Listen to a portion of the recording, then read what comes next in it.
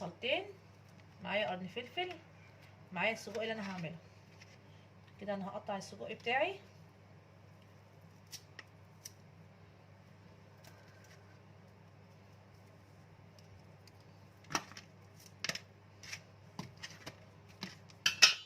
وهشطفه.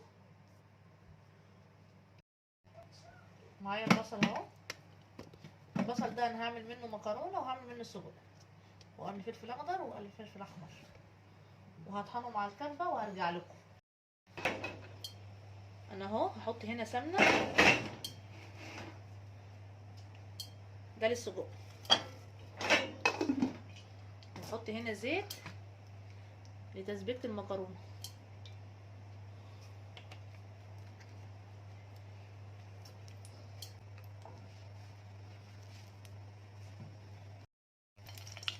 هنزل هنا بنص البصل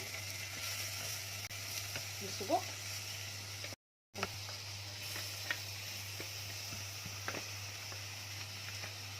شايفين كده، وانا هقلب هنا.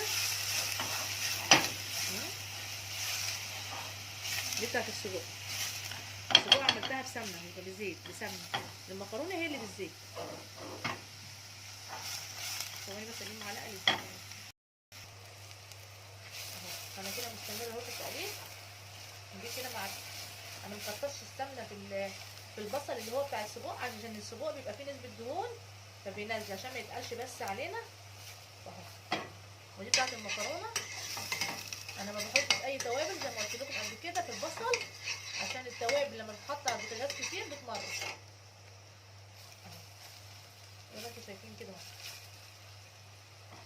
انا هرمي هنا في البصله بتاعت السجق، هرمي فيها نص معلقه توم، بتديها طعم حلو. انا كده هحط التوم اهو. ده التوم اللي هحطه معايا في تسبيكتي بتاعت السجق. انا لحد دلوقتي ما حطيتش توابل خالص اهو. خلاص هي البصله كده حلو قوي، بس التومه بس حته تطلع وابتدي احط الطماطم بتاعتي. انا هو كان عندي هنا صلصه مسبكه، حطيت هنا للسجق معلقه صلصه اللي انا مسبكاها مفرزاها في التلاجة في الفريزر عندي، معلقه واحده بس مش كتير. وبعد كده هنزل بالسجق.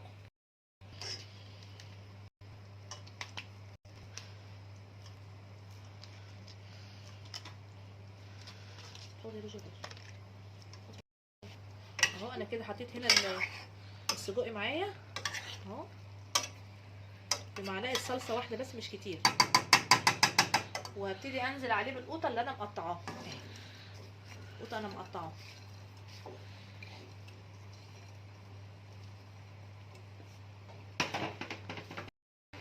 اهو. هرمي فيه فلفل اسود بس، مش هحط فيه ملح غير لما يبتدي يطيب، عشان بيبقى السجق اساسا لما هما بيتسنع بيبقى فيه ملح وفيه توابل. انا مش هحط فيه ملح دلوقتي غير لما اشوفه هو قرب ما يطيب. وهو كده انا هقفل عليه، حتى مش هقلب الفلفل فيه ولا حاجه، هقفل عليه كده عشان ما يتفريش. واول ما يبتدي يشد معايا ويدخل في الطيبان هبتدي ادوقه. بدات اهي تستوي اهي، ما دام الزيت بدا يظهر كده على الوش اهو، بدات هي كده ان هي ايه تتسبك خلاص اهي. معايا ميه المكرونه اهي، برضك هرمي فيها المكرونه بتاعتها. انا كده هبهر المكرونه، حطيت فيها فلفل اسود، شطه اهي، احنا بنحبها حراقه،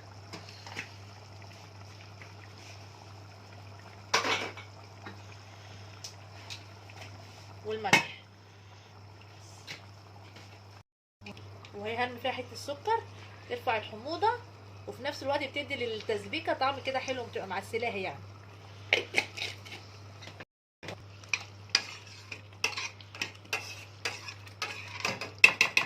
هبتدي بقى اطفي على التسبيكه بتاعتي.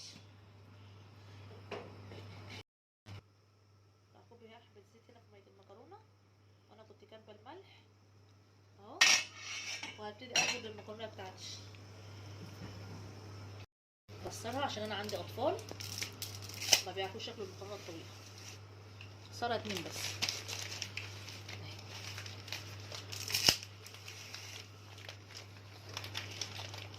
حط كيس وقلب عشان ما تلزقش في بعضها. وارجع احط الكيس التاني.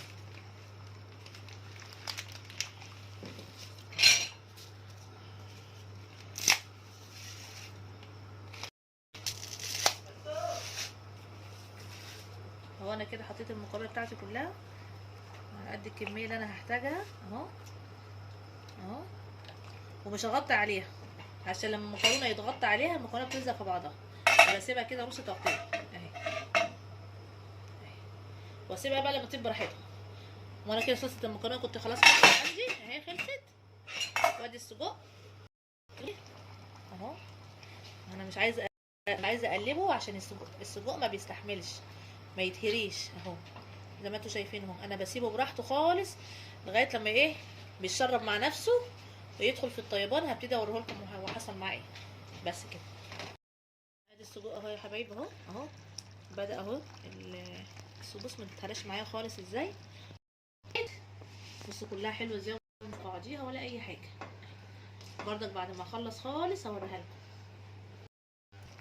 اهو. السجق يا حبايبي اهو، انا ما كنتش حطيت ملح، انا قلت استنى لما اشوفه عشان السجق بيبقى مملح يعني وكده، فانا هيحتاج معايا حبه ملح بس مش كتير.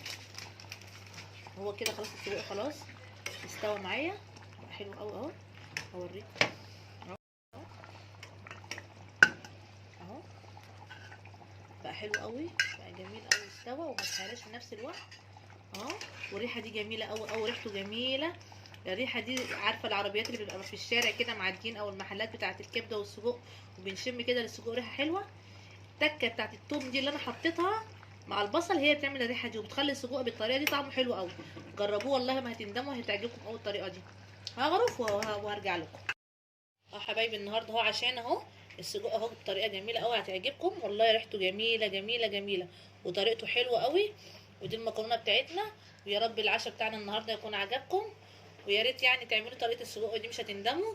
والسلام عليكم ورحمه الله وبركاته. يا ريت ما تنسونيش في اللايك، مش بشوف اي لايكات ولا اي اشتراكات خالص منكم. يا رب ما تنسونيش في الاشتراك. السلام عليكم ورحمه الله، واسيبكم في حفظ الله.